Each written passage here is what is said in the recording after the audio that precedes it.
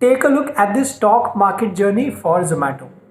Now, it might seem that this is a business that is consistently giving negative returns to its investors, but that is not the case. The issue price for Zomato stock was 76 rupees a share. It got listed at 115 rupees, which is 53% upside from its issue price. Within 6 months, it touched a high of 155 rupees, almost 100% upside from the issue price, and it is currently trading in the range of 90 to 110 rupees. Now, if you are someone who is already invested in Zomato's shares, or if you want to invest in Zomato shares, please watch this video till the very end. I will tell you in detail about how Zomato makes money, what is their business model. I will address the biggest concern, whether Zomato will become profitable in the near term, and post that I will give you my personal recommendation on Zomato's stock. So without any delay, let's begin.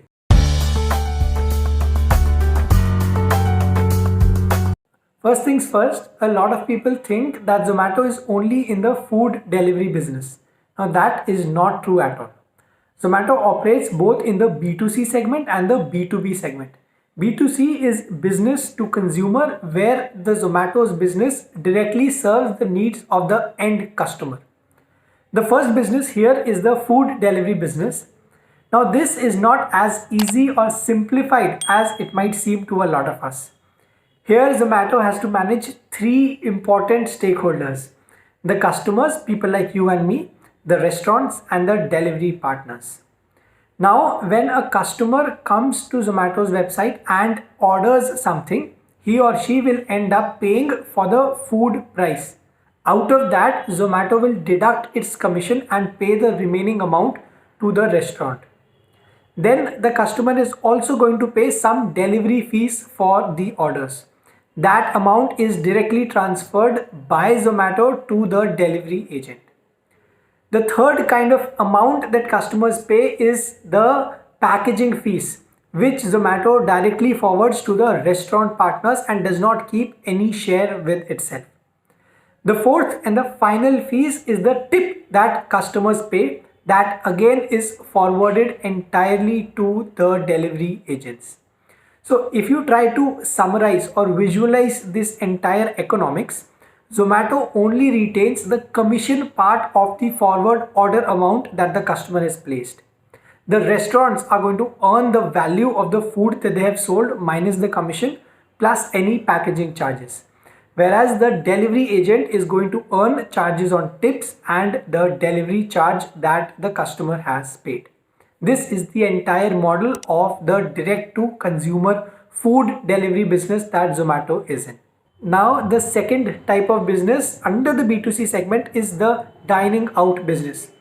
Zomato helps people like you and me to discover or search new restaurants close to us, either based on location, based on food quality, based on price, etc. etc. Now, Zomato does not charge anything from its customers here, but if the restaurants want to get additional visibility there, they will have to run ads on Zomato's platform, and that is how Zomato is going to earn money from the restaurants.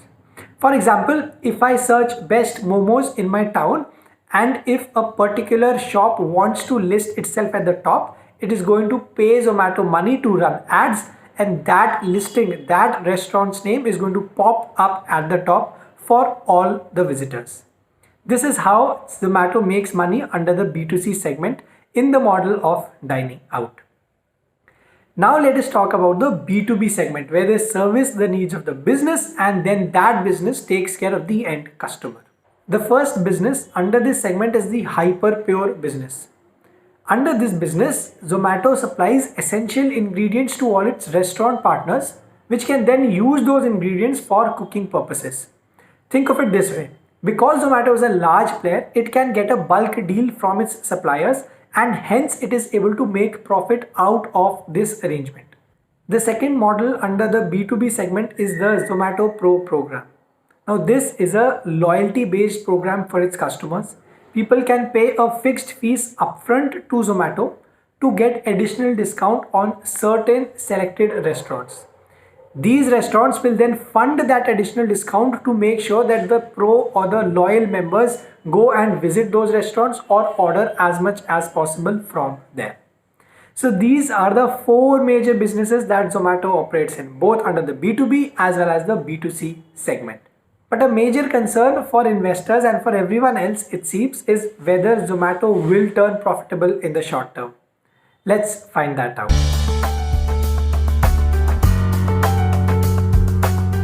Now it is safe to assume that food delivery business is the biggest source of revenue for Zomato.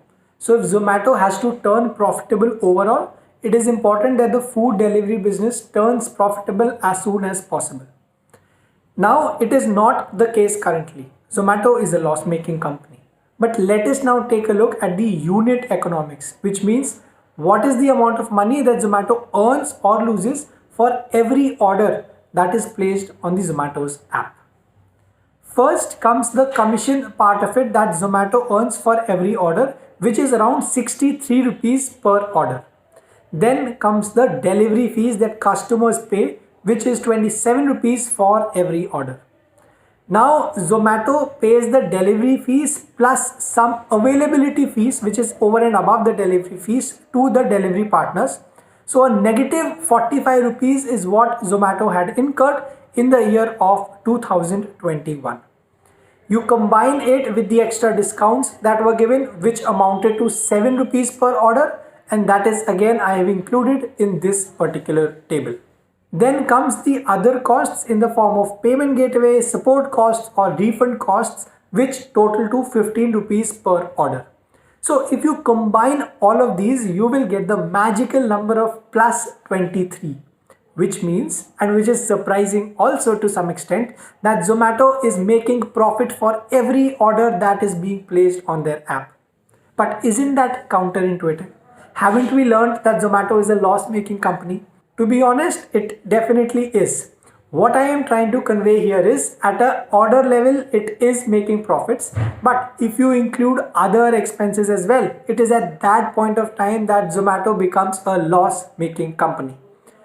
These expenses could be in the form of marketing expenses, branding expenses, and other fixed operating costs. Could be salary costs, tech costs, etc., etc. So it is exactly for this reason that Zomato right now is a loss-making company. But the trend in which Zomato is going, that seems to be positive for them, because up until the last year, even at an order level, they were not profitable. So that just goes to show that the management is focused towards profitability, and I am confident that not in the next couple of quarters, but definitely after 2 to 3 years, we may see Zomato turning towards profitability. Alright, now that you have understood the Zomato's business model and the unit economics for every order, let us now find out what do I personally think about Zomato's stock.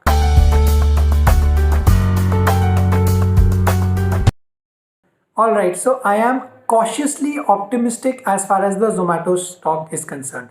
Not extremely bullish, and the reason for that is I do not expect Zomato to turn profitable in the next few years.